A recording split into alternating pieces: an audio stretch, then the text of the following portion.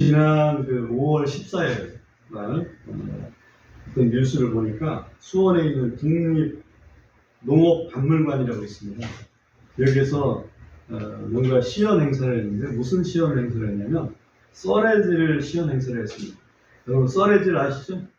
농사 지신 분들은 아실 텐데, 벼 농사를 지키잖아요. 벼를 심기 전에 물을 논에다가 가둬놓고, 그리고 그거를 이제 썰애질을 합니다. 그러니까 소위 평평하게 하는 여러 썰애를 여러분 아시는지 모르겠어요. 아시는 분들은 참고를 하시고, 마치 뭐라 그래요? 갈퀴비스타라 그럴까요? 그런 큰 것을 이렇게 나무로 된 큰 거를 가지고서 소가 끓면 흙이 평평하게 되는 그 썰애라고 합니다. 근데 이제 그 썰애질을 하는데 왜 그걸 말씀드리냐면, 결입소를 이용해서 썰애질을 했다 이렇게 나와 있어요. 지난 5월 14일 날 그 시연을 했다. 결입소를 이용해서. 결입소라는 말 들어봤습니까? 못 들어봤죠? 한결이소라면 들어봤습니까? 네, 우리 한번 누가복음 잠깐 갔다 올까요? 누가복음 14장.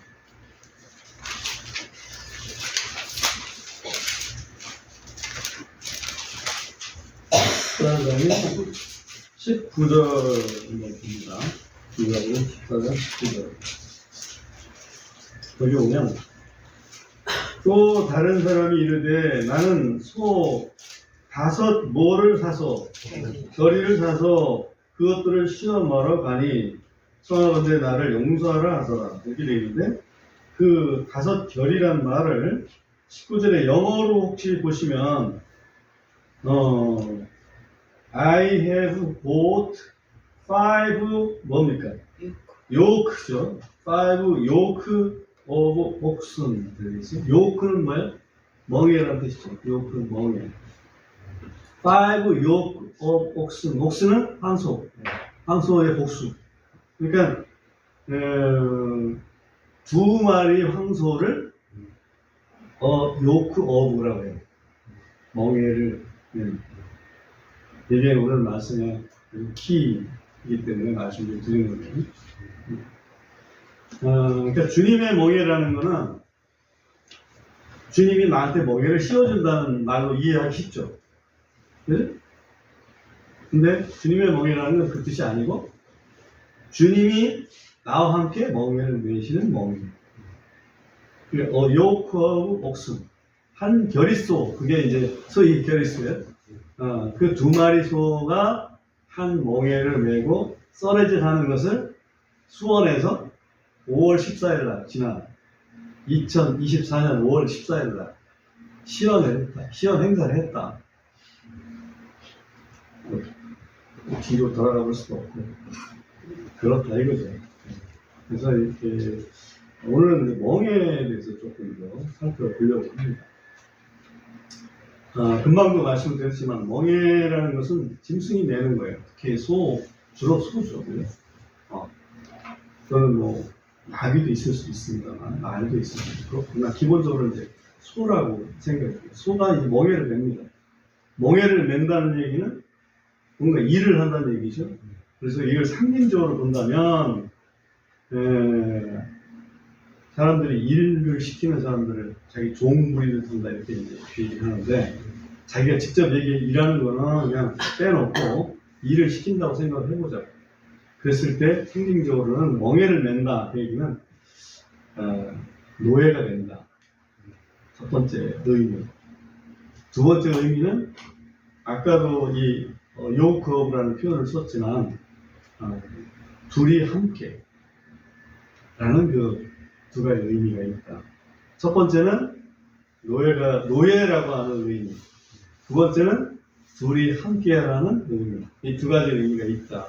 크게 보면, 첫 번째 그 노예라는 의미는 이스라엘 백성이 외국인 타국한테 항상 그 고통을 받을 때 그들의 멍에를 맨다 이런 표현을 씁니다. 사람에 의해서 힘든 것은 거의 그 몸이 힘든 거예요. 근데 마음이 힘든 경우가 있습니다. 어떤 경우일까요?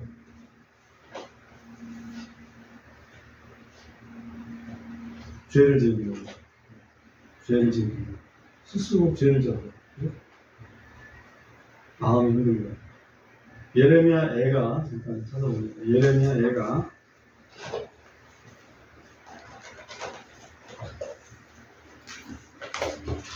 이사야, 예레미야 애가 있거든요. 예레미야 애가 1장 14절.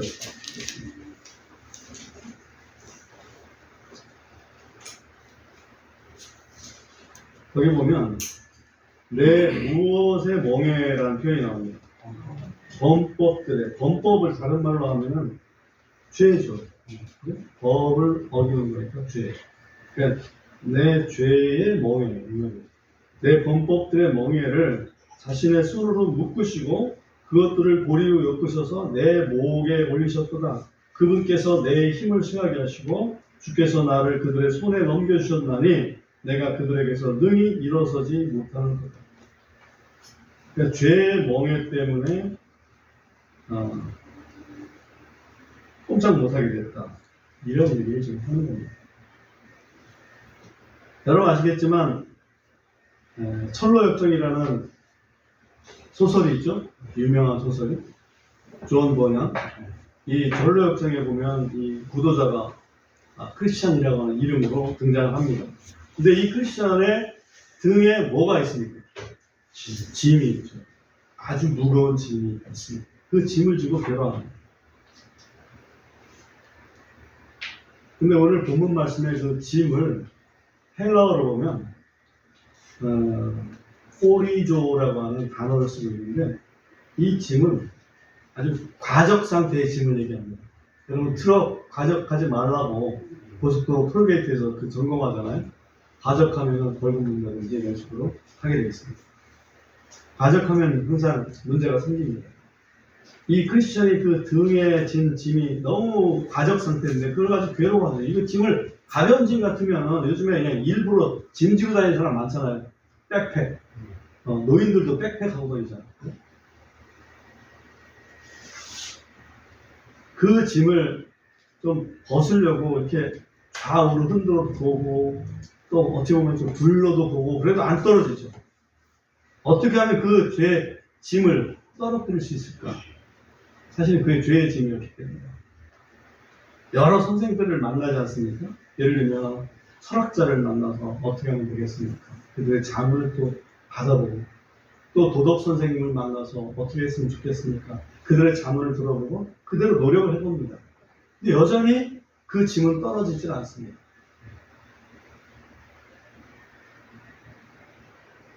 너무 괴로운 거예요. 주님 말씀에서 수고하고 무거운 짐진 자들아 이렇게 돼 있잖아요. 짐을 떨어뜨리려고 수고를 합니다.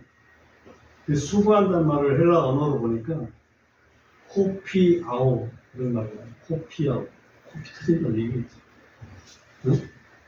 진이 다 빠지도록 애쓰는 거를 수고한다 이렇게 돼 있어요. 그러다가 이 전도자가 우연히 전도자를 만납니다. 이 크리스찬. 근데 전도자가 그를 저 위에 언덕으로 올라가면 거기에 십자가가 있을 건데 그쪽에 한번 가보시라. 갈보리 언덕이거든요. 그래서 이 크리스찬이 그 짐을 메고 갈보리 언덕에 올라갑니다. 갈보리 언덕에 올라가니까 거기에 십자가가 세 개의 십자가가 있습니다. 가운데 십자가 그게 예수님 십자가입니다. 그걸 보는 순간 갑자기 등이 가벼워지는 느낌이 드는 거예요.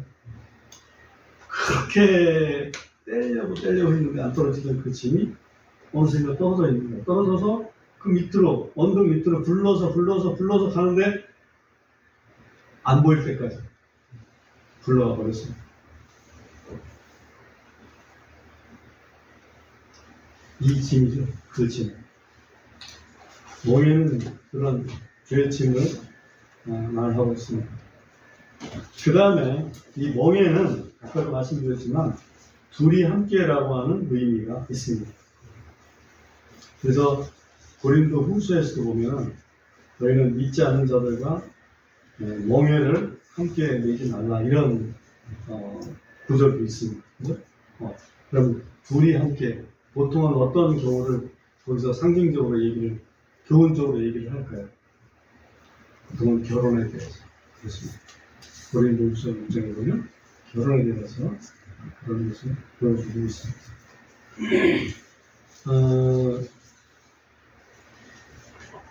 이 멍에라는 말을 제가 이게 원어를 좀 이렇게 써서 죄송합니다만은 헬라 원어에 주고스라고 하는 단어를 쓰고 있어요. 근데 주고스라는 단어가 어떤 뜻인가 보니까 둘을 연합시켜서 하나처럼 일하게 하는 거예요. 그거를 멍에라고 하더라고요. 그래서 멍에는 둘이라는 것을, 둘이 함께라는 것이 특히 강한 의미가 있구나. 멍에가 우리는 옛날에 어렸을 때 소 멍에 매가지고 쟁기질도 하고 뭐 이렇게 하는 거 봤지 않습니까? 그 보면은 소 한 마리가 멍에를 맨단 말이에요. 그래서 멍에 맨다는 건 아주 힘들다 이런 정도로 이해를 하는데 헬라 언어로 보면 둘이 합해서 한 가지 일을 하게끔 하는 그게 멍에다. 이게 주고스라는 그런 단어를 씁니다.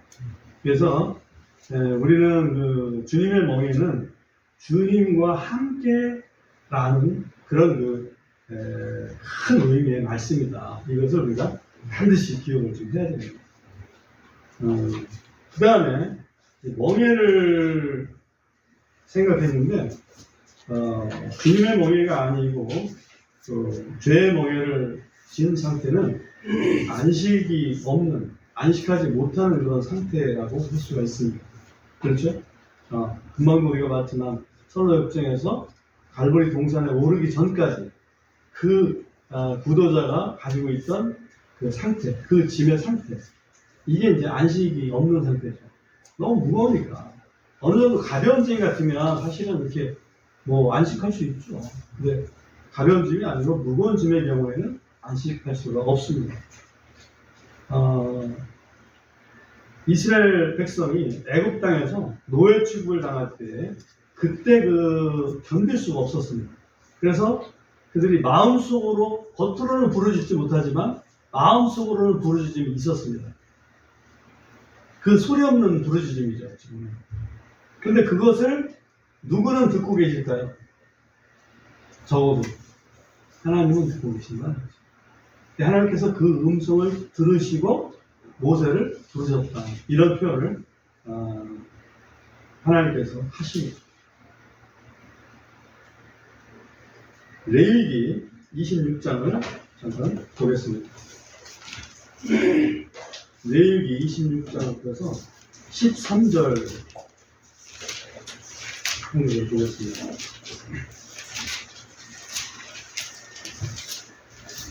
레위기 26장 13절 거기 보면 나는 너희를 이집트 땅에서 데리고 나와 너희가 그들의 노예가 되지 않게 한 주 너의 하나님이니라. 내가 너희 멍에에 매는 것들을 깨뜨리고 너희가 똑바로 가게 하였느니라. 여기 보면 노예라는 말하고 멍에 매는 것들을 같이 이렇게 사용하고 있죠. 그래서 이게 지금 멍에는 노예 상태 이거를 얘기를 하는구나. 그러니까 노예가 어떻게 안식할 수 있겠습니까?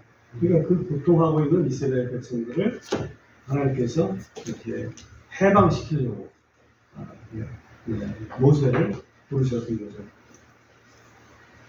우리가 사업을 하다 보면 자기 사업을 할 경우에는 좀 고생스러워도 견뎌냅니다. 왜냐하면 그 사업을 잘하면 큰 보상이 분명히 있을 거를 알기 때문에. 근데 자기한테는 아무런 보상이 없어요. 근데 계속 강제노역으로 끌려다닙니다.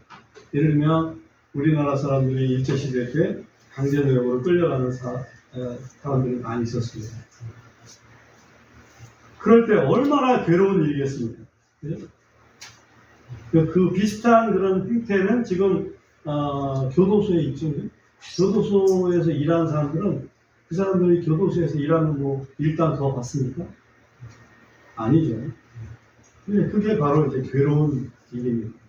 그게 멍에를 매는 거예요.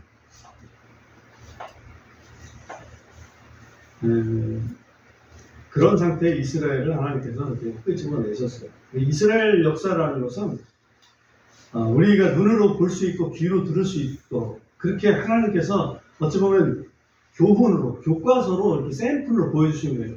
그거는 물질 세계에서 이런 일이 있는데 실제로는 영의 세계의 진리를 깨닫게 하시려고 이스라엘 백성들을 사용을 하신 거죠.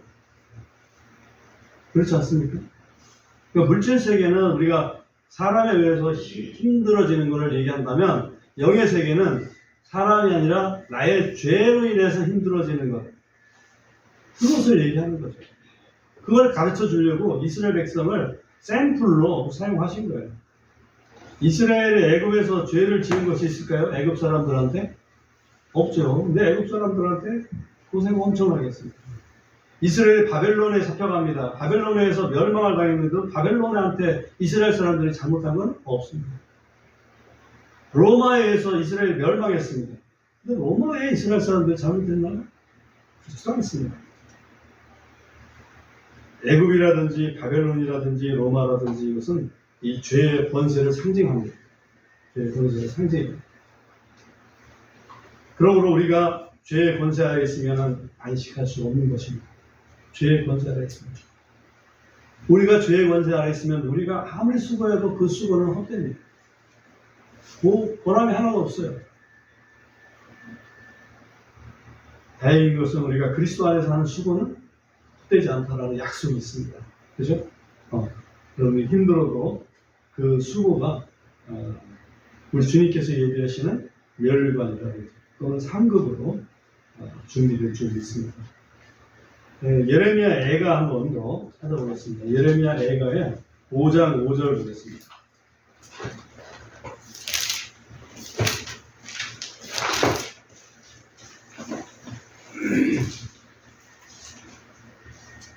거기 보면 우리의 목이 핏박 아래에 있으니, 핏박 아래에 있다는 얘기는 멍에 아래에 있다는 거나 마찬가지예요. 핏박 아래에 있으니 우리가 수고해도 안식이 없네. 핏박 가운데, 멍에 가운데 있으면 수고를 해도 안식이 없다. 그렇습니다. 이런 상태를 우리의 과거의 상태다 볼 수 있죠. 그렇다면 애굽이나 바벨론이나 로마로 상징됐던 그 죄의 권세의 본체, 죄의 권세의 본체는 과연 무엇일까? 애굽도 그림자고 바벨론도 그림자고 로마도 그림자입니다. 그럼 그 본체, 실체는, 죄의 권세의 실체는 무엇일까? 한번 잘 생각을 해보십시오. 쉽게 대답할 수 있지만 그게 틀릴 수 있습니다. 고린도전서 15장 56절 한번 보겠습니다. 고린도전서 15장 56절 보면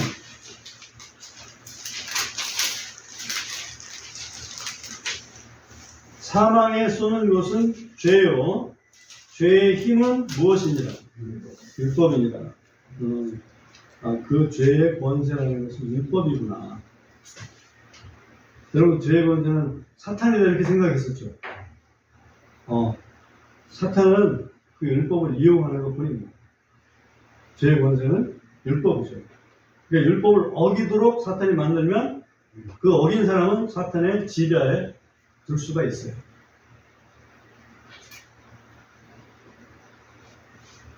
사도행전 15장을 보겠습니다.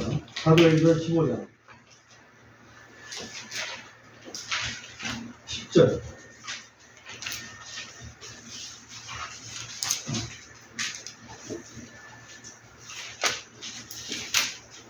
거기 보면 그런데 이제 너희가 어찌하여 하나님을 시험하여 우리 조상들이나 우리도 능히 내지 못하던 무엇을 멍에를 제자들의 목에 두려워하느냐. 지금 이게 뭐에 대해서 얘기하는지 아십니까? 이방인들이 이제 예수님을 믿었어요.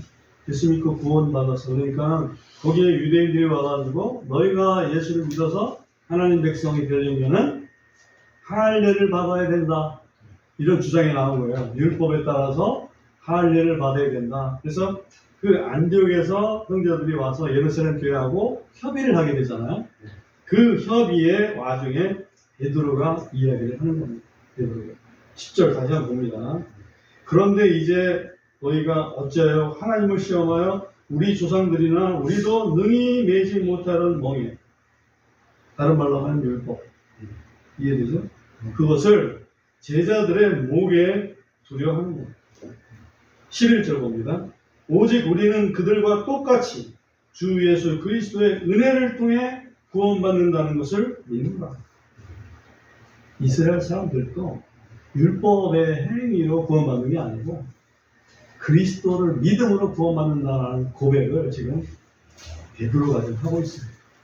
그 문제가 있습니다. 그러니까 죄의 본질은 율법이었다. 그죠? 율법. 갈라디아서 5장 1절.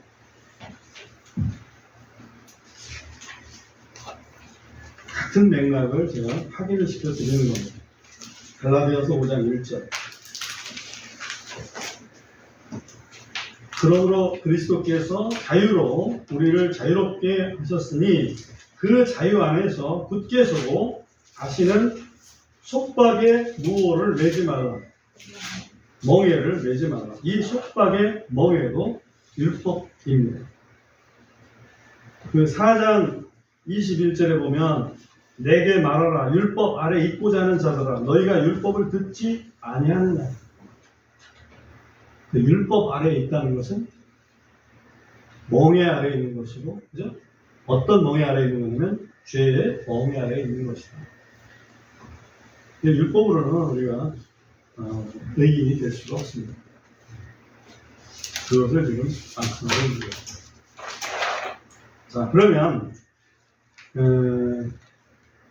그런 상태에서 주님은 어떻게 행하셨나?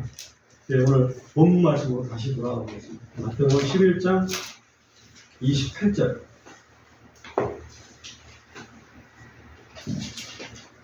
수고하고 무거운 짐을 진 너희 모든 자들아. 이게 우리의 상태예요.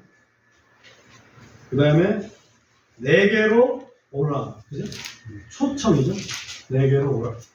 그러니까 주님께서는 우리를 부르시는 거죠. 내게로 오라.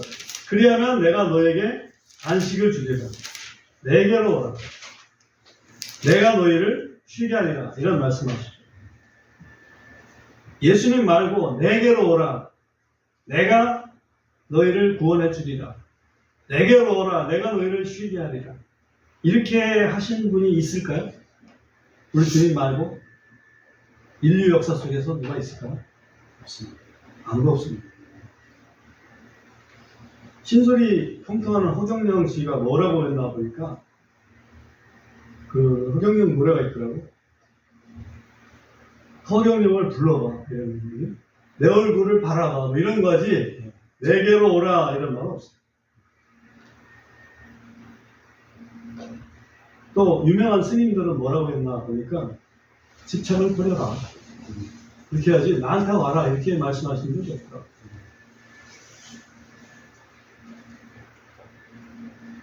요즘 사람들은 뭐가 되셨냐면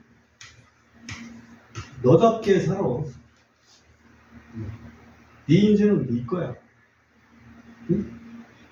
아무도 살지 못하는 너다운 인생을 살아. 이렇게 얘기를 합니다. 내게로 오라. 내가 너희를 구원하리라. 내게로 오라. 내가 너희를 쉬게 하리라. 이렇게 말씀하시는 분은 예수님 말고는 없어요. 예수님 말고는 그렇게 해줄 수 있는 사람도 없어요. 그죠? 유일한 초청입니다. 예수님만이 하실 수 있는. 그러니 우리가 얼마나 이게 예수 믿게 되는 게 참 다행인지 행운인지 제가 앞으로 얼마나 더 살 수 있을지 모릅니다. 어? 여러분 마찬가지인 거 아니에요? 저보다 조금 더 오래 사시겠지만 그래도 주님이 늦게 오신다면, 주님이 더디 오신다면, 우리 다 가요, 그죠? 근데 제일 보람 있는 일이 뭐? 인생을 살면서 제일 보람 있는 일. 자식 잘 키우는 것도 보람 있겠지만, 사실은, 우리 주님의 초청을 받은 것. 그것이 가장 보람 있는 일이 될 것입니다. 그리고 그분이 말씀하시기를 내 멍에를 쥐고 내게 배우라 이렇게 말씀하십니다. 아까도 말씀드렸지만 주님의 멍에를 맨다는 것은 주님이 지금 메고 있는 그 멍에 내가 옆에 끼인다는 거죠. 내가 너와 함께 같이 가주마. 너와 함께 내가 네 인생을 살아주마. 어찌 보면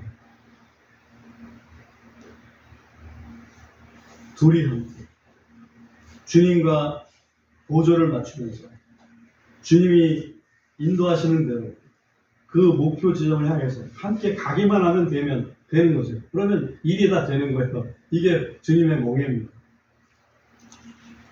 근데 주님은 가시면서 그냥 일만 하고 가시는 게 아니에요. 그러니까 옆에 가면서 이런 얘기, 저런 얘기 하시는 거예요. 여기 보면,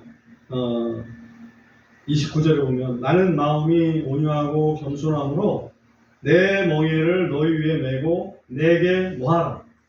배우라.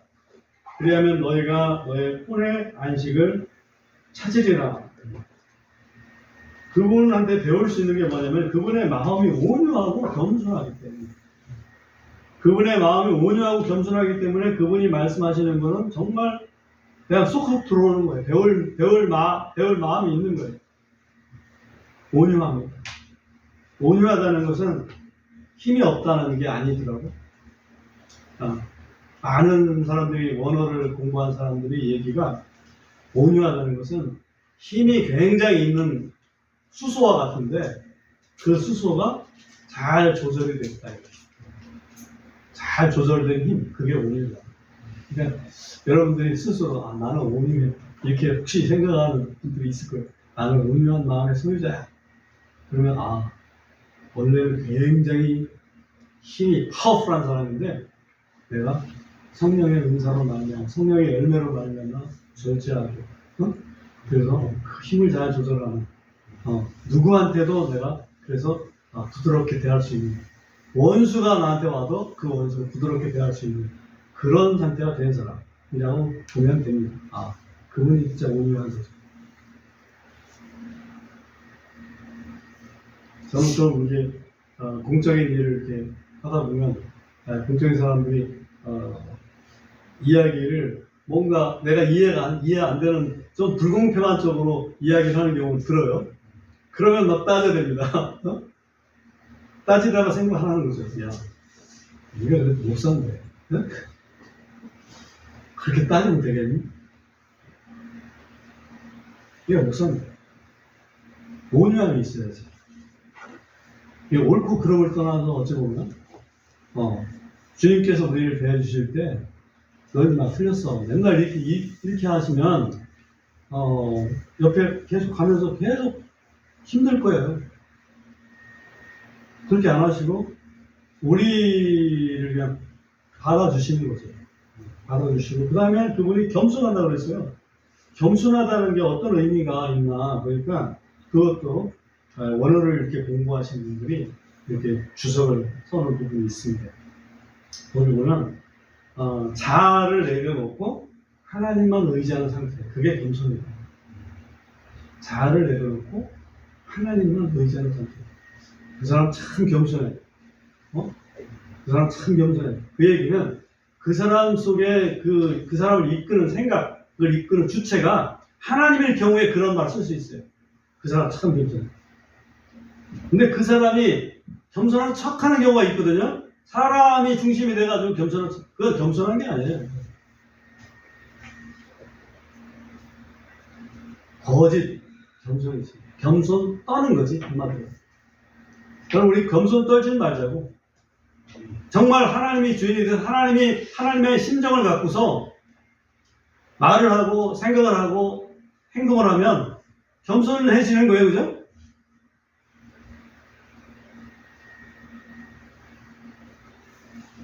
여러분들은 참 겸손한 모습을 많이 제가 봅니다. 그만큼 하나님을 의지하는 마음이 있다. 자신을 자아를 내려놨다 하는 것을 보여주는 거죠. 바로 그러한 분이 이 주님이에요. 근데 주님께서 아주 온유하고 겸손한 분이기 때문에 계속해서 뭔가를 얘기해 주시는데 그걸 막 듣다 보면 막 내가 마음이 녹아지는 거죠. 내가 마음이 녹아져. 그래서 뭐라면 너희가 너의 혼의 안식을 찾으리라. 혼의 안식을.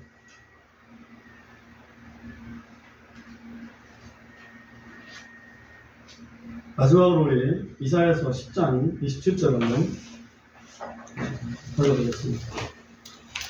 이사야서 10장 27절.